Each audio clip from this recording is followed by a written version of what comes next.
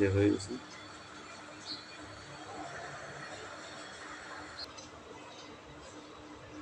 So friend, আমার ডিমের chop রেসিপিটি রেডি হয়ে গেছে।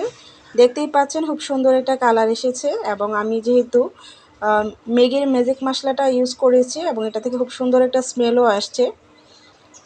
আমার রেসিপিটি যদি ভালো লেগে থাকে প্লিজ একটি লাইক দিবেন এবং আমার চ্যানেলটিকে সাবস্ক্রাইব করে পাশে থাকবেন। সবাই ভালো থাকবেন। আল্লাহ হাফেজ। আসসালামু আলাইকুম। সবাই কেমন আছেন? আলহামদুলিল্লাহ আমি ভালো আছি। আবারও চলে আসলাম নতুন একটি সহজ নাস্তার রেসিপি নিয়ে। আজকে আমি ডিম দিয়ে আলুর সহজ একটি রেসিপি আপনাদের সাথে শেয়ার করব। সো কথা না বাড়িয়ে চলে যাচ্ছি পুরো রেসিপিতে। আর এই রেসিপিটি তৈরি করার জন্য আমি নিয়ে নিয়েছি 2টি আলু। আর দেখতেই পাচ্ছেন আলুগুলোর খোসা ছাড়িয়ে নিয়েছি, এবং লাগবে একটি ডিম। এবং ডিমটা সিদ্ধ করে দেন একটি চাকুর সাহায্যে আমি 4 ভাগ করে কেটে নিয়েছি। এখন আমি একটি প্লানারের সাহায্যে আলুগুলোকে কুচি করে কেটে নিচ্ছি।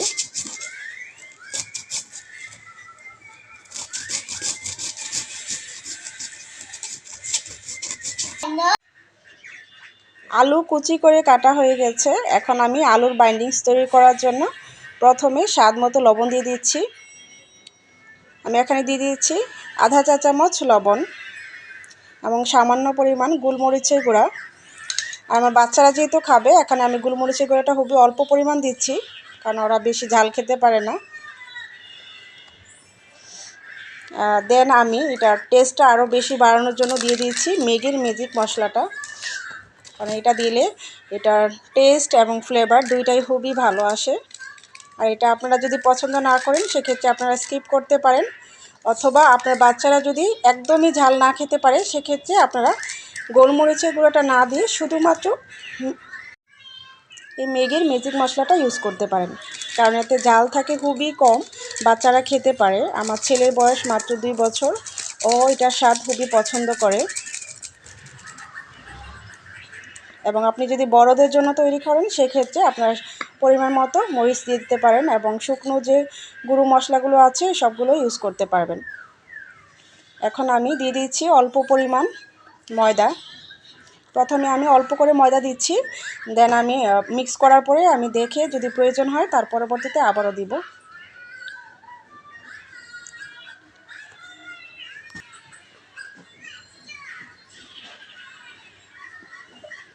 এখন আমি সবগুলো উপকরণ খুব ভালো করে মিক্স করে নেব।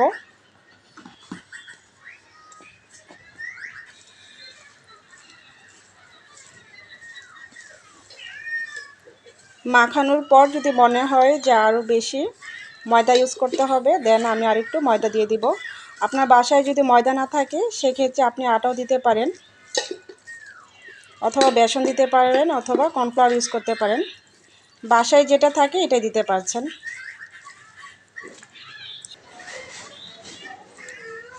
মাখানোর পর আমার মনে হচ্ছে আরেকটু ময়দা দিতে হবে, সো আমি আবারও ময়দা দিয়ে দিচ্ছি।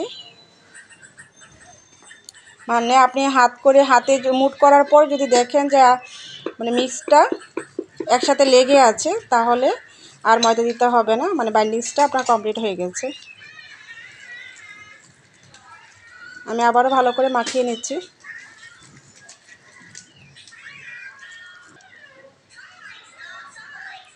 আমার আলুর বাইন্ডিংসটা রেডি হয়ে গেছে, দেখতেই পাচ্ছেন একদম লেগে আছে একসাথে গোল হয়ে। যখন মানে খুলে না যায় তখনই বুঝতে পারবেন যে আপনার বাইন্ডিংসটা একদম রেডি আছে। এই ম্যাগির ম্যাজিক মশলাটা ইউজ করতে পারেন, কারণ এতে জাল থাকে খুবই কম, বাচ্চারা খেতে পারে। আমার ছেলের বয়স মাত্র 2 বছর, ও এটার স্বাদ খুবই পছন্দ করে। এবং আপনি যদি বড়দের জন্য তৈরি করেন সেক্ষেত্রে আপনার পরিমাণ মতো মরিচ দিয়ে দিতে পারেন, এবং শুকনো যে গুঁড়ো মশলাগুলো আছে সবগুলো ইউজ করতে পারবেন।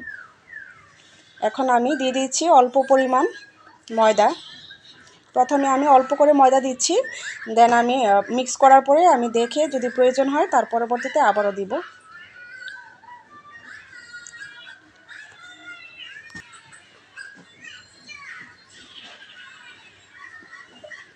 এখন আমি সবগুলো উপকরণ খুব ভালো করে মিক্স করে নেব।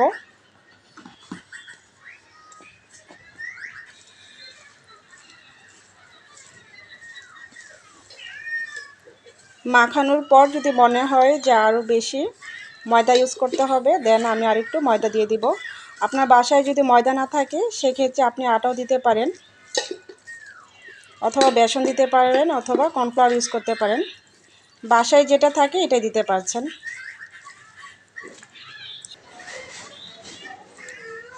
মাখানোর পর আমার মনে হচ্ছে আরেকটু ময়দা দিতে হবে, সো আমি আবারও ময়দা দিয়ে দিচ্ছি। মানে আপনি হাতে মুট করার পর যদি দেখেন যে মানে মিক্সটা একসাথে লেগে আছে, তাহলে আর ময়দা দিতে হবে না, মানে বাইন্ডিংসটা আপনার কমপ্লিট হয়ে গেছে। আমি আবারও ভালো করে মাখিয়ে নিচ্ছি।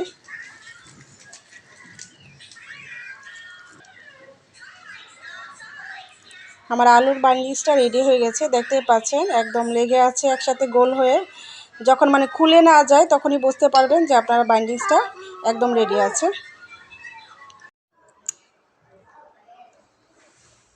এই তো দেখতেই পাচ্ছেন আমার ডিমের চপগুলো রেডি হয়ে গেছে। অর্থাৎ আপনারা আলুর যে মিশ্রণটা, অর্থাৎ আলুর বাইন্ডিংসটা এমনভাবে তৈরি করবেন যাতে আলুর বাইন্ডিংসগুলো ডিমের সাথে খুব সুন্দরভাবে লেগে থাকে।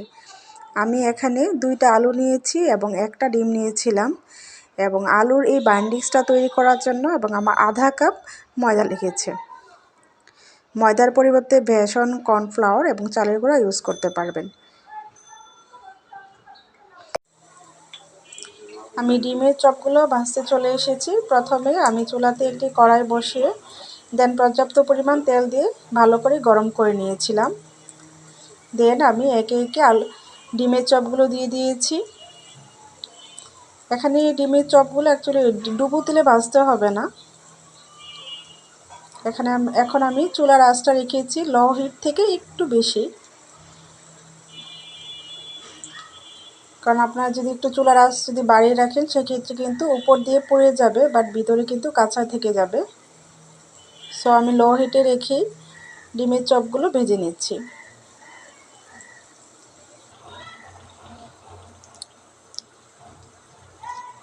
একটি সিদ্ধ ডিম বাচ্চাকে খাওয়ানোর জন্য একটা যুদ্ধের মতনই, কারণ বাচ্চাকে অনেক ট্রাই করেও দেখা যায় যে একটা ডিম খাওয়ানো যায় না একদিনে।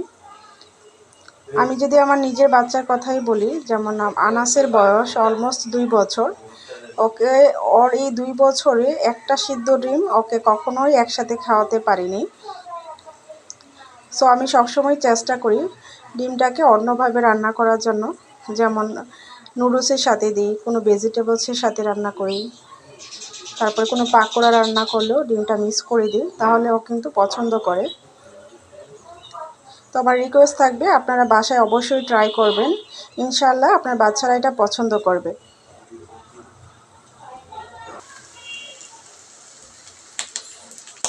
এক পাশ থেকে এভাবে গোল্ডেন কালার হয়ে আসার পর দেন আমি আরেক পাশ ভালো করে ভেজে নিচ্ছি।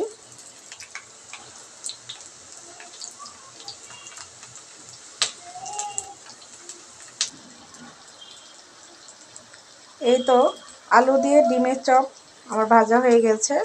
এমন একটি হালকা গোল্ডেন কালার আসলে আপনারা নামিয়ে নিতে পারেন, অথবা আপনার পছন্দ মতো কালার আসলে আপনারা নামিয়ে নেবেন। এখন আমি চুলাটা বন্ধ করে দিচ্ছি এবং চুলা থেকে নামিয়ে নিচ্ছি এক এক করে ডিমের চপগুলো।